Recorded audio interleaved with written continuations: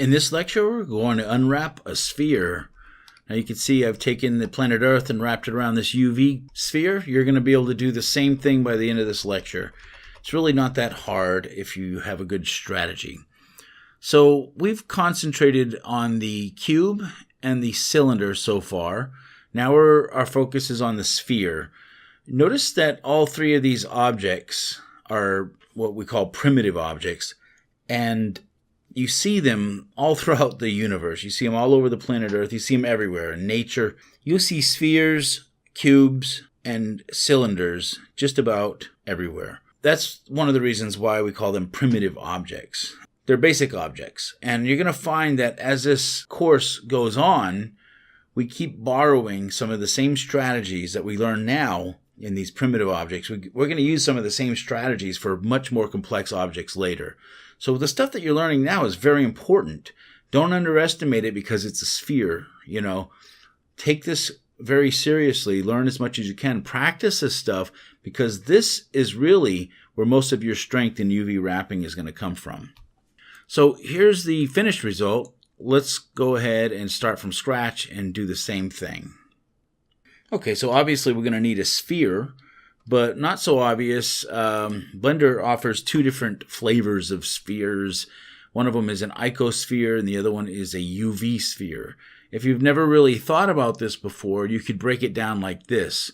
The icosphere is an object made up entirely of triangles. Now that I point this out, it's much more noticeable. If you never thought about it before, you might not have noticed that.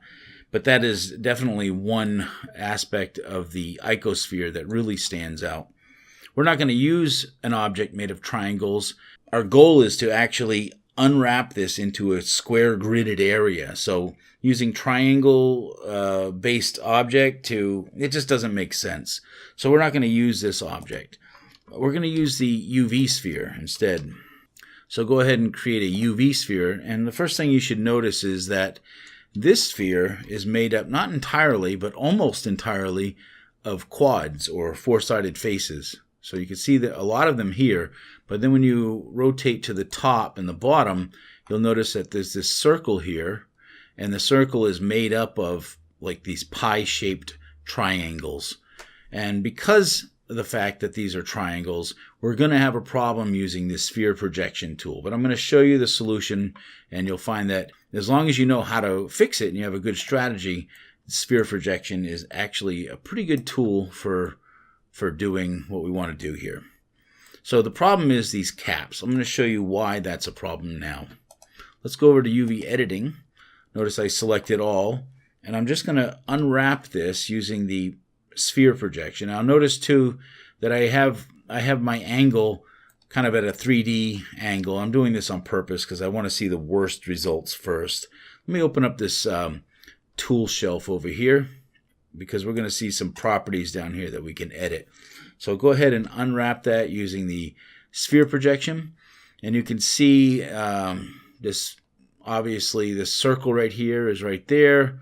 If I could see through this object, you'd see the bottom circle is down here. I'm going to turn that back on. And those are the circle right here, which got cut in half. It's not really that intuitive, but this is what happened. To be fair, I should have probably done my projection from a front ortho view. So even if we do it this way, sphere projection, you'll see that there's still a problem. It's not flush to the edge. We got all this weirdness going on here. Again, to be fair, I could play around with some of these options.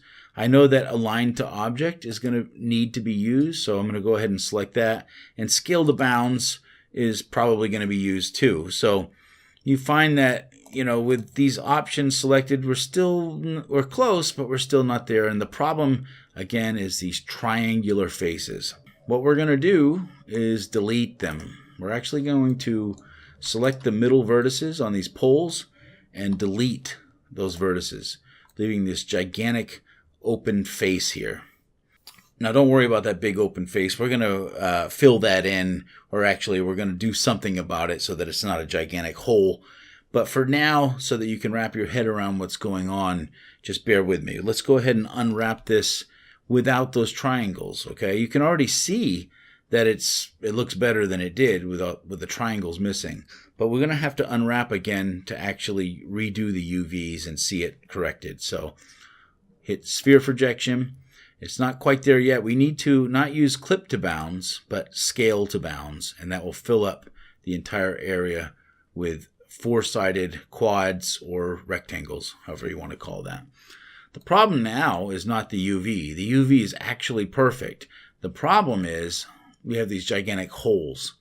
So what we should have done is recreated this surface with quads versus triangles. Okay, so I'm going to show you how to do that, but let's go to the other window because we have a little bit more room, and let's just go ahead and reconstruct the top of this by selecting this circle right here.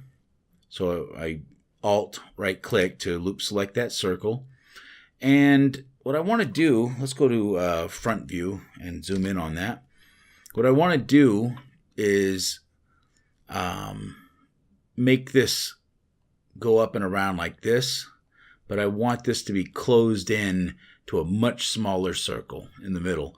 So what I'm going to do is extrude and scale. So I hit E and S, and I'm using my mouse to find a size. I'm just kind of generalizing right now, but I want it to be about this size. And if you look over here, you can see the scale X, scale Y, and scale Z is about 0.05. That's about my size that I'm looking for. 0.05 would be ideal.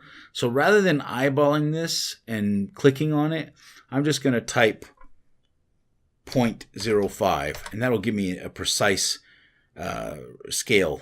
Okay, that way I'll be able to go around to the other side and do exactly the same thing. So loop select this, extrude and scale, and I don't have to eyeball this anymore. I know the formula is 0.05 and hit enter. I can look at this and see, yeah, it's not about the same size. It's exactly the same as the top because we use the numbers. Okay, so I have the bottom selected, you can see, and I'm simultaneously going to select the top. So I'm going to zoom in on here and use Shift Alt, right click on that line. So now I have the top and the bottom both selected at once. Let's go to front view. And what I want to accomplish here is I'd like this to be more rounded. So I want the shape of this to continue around the top. So what I'm going to do is scale out from the Z and use my mouse to kind of eyeball this. I'm not going to use numbers because I have both of them selected at the same time. And I'm just going to find an area and just click to decide there's the shape that I'm looking for. Now I'm going to undo that and do it from out here so that you can see it happening to both sides at the same time. So I'm just repeating what I just did. I'm scaling out from the Z. So what's happening is you see my mouse as I go in this direction, both of the circles are being pulled away from the center. As I go towards the center, they're both being sucked towards the center. So I want them to be pulled out from the center, and I'm just eyeballing it to find the general shape, and then once I find it, I'm just gonna left click to lock it in. And that's basically how you do that. Okay, so now we have these tiny little straw holes in the tops and the bottoms of our sphere, and that's fine. We're gonna leave it that way for now. The next step is to do our UV map, and then we're going to close in those holes and not ever change the UV again. We want to set the UV map and then change the geometry, but not reset the UV anymore. So you'll see this happen. Go back to UV editing, select all. This is going to be the last time we do this on this object. So we're going to do a sphere projection and make sure that align to object is selected and scale to bounds is on. This UV is now finished. We're not going to change this anymore. However, we want to close in those holes, and we're going to close in those holes but not change the UV anymore. So let's go and take another look at those holes. I'm going to go back to the default windows because there's more room to see. All we need to do is just select it, hit scale, and hit the number 0, and it'll close that in. Let's do the same thing to the other side.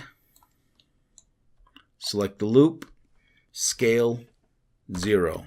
That side is closed in.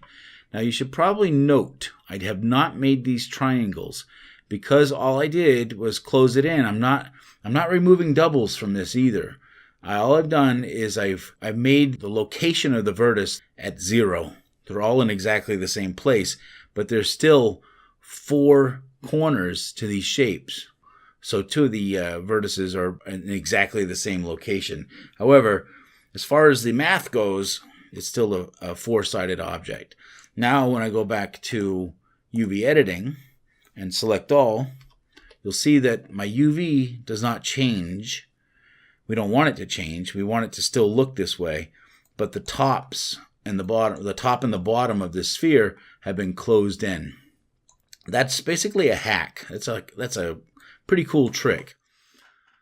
Let's go ahead and test this out with a graphic. So I'm using Blender Render. Of course, if you were making a texture for a game, you're going to want to go ahead and apply your texture permanently, but this is a way you can temporarily put a graphic on and test things out. So just keep that in mind. This is not how you would do your texture mapping. I'm just throwing this map on here so that we can see what it looks like. So what to do is first find an image.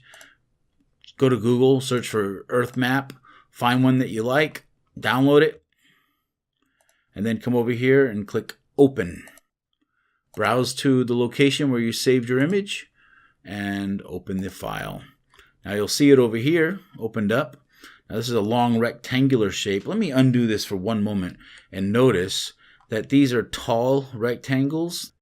And then after adding that image, they became bigger squares.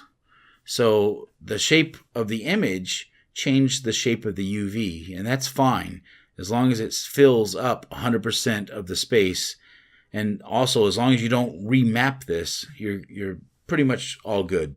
We want to see it over here as well. So what I can do is just go to Texture, and you'll see that over here. I'm going to go back to Object Mode and unselect this and spin around. Matter of fact, why don't we go over to the default window? Same thing. Put it on Texture Mode.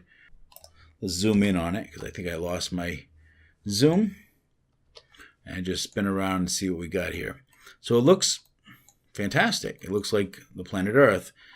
You will notice a little bit of blurring, a little bit of stretchiness over here on the polar caps, partially because of that hack, the way that I close that in, but also because I could have probably used a few more loops in that area. I probably could have, instead of just one loop down there, instead of extruding only once, I maybe could have done that 2 or 3 times to eliminate some of this stretching. But it's still going to stretch because these are some pretty small squares in this area. But it looks pretty great. Usually when you're viewing a planet, you look at it side on, so this isn't really going to be a problem.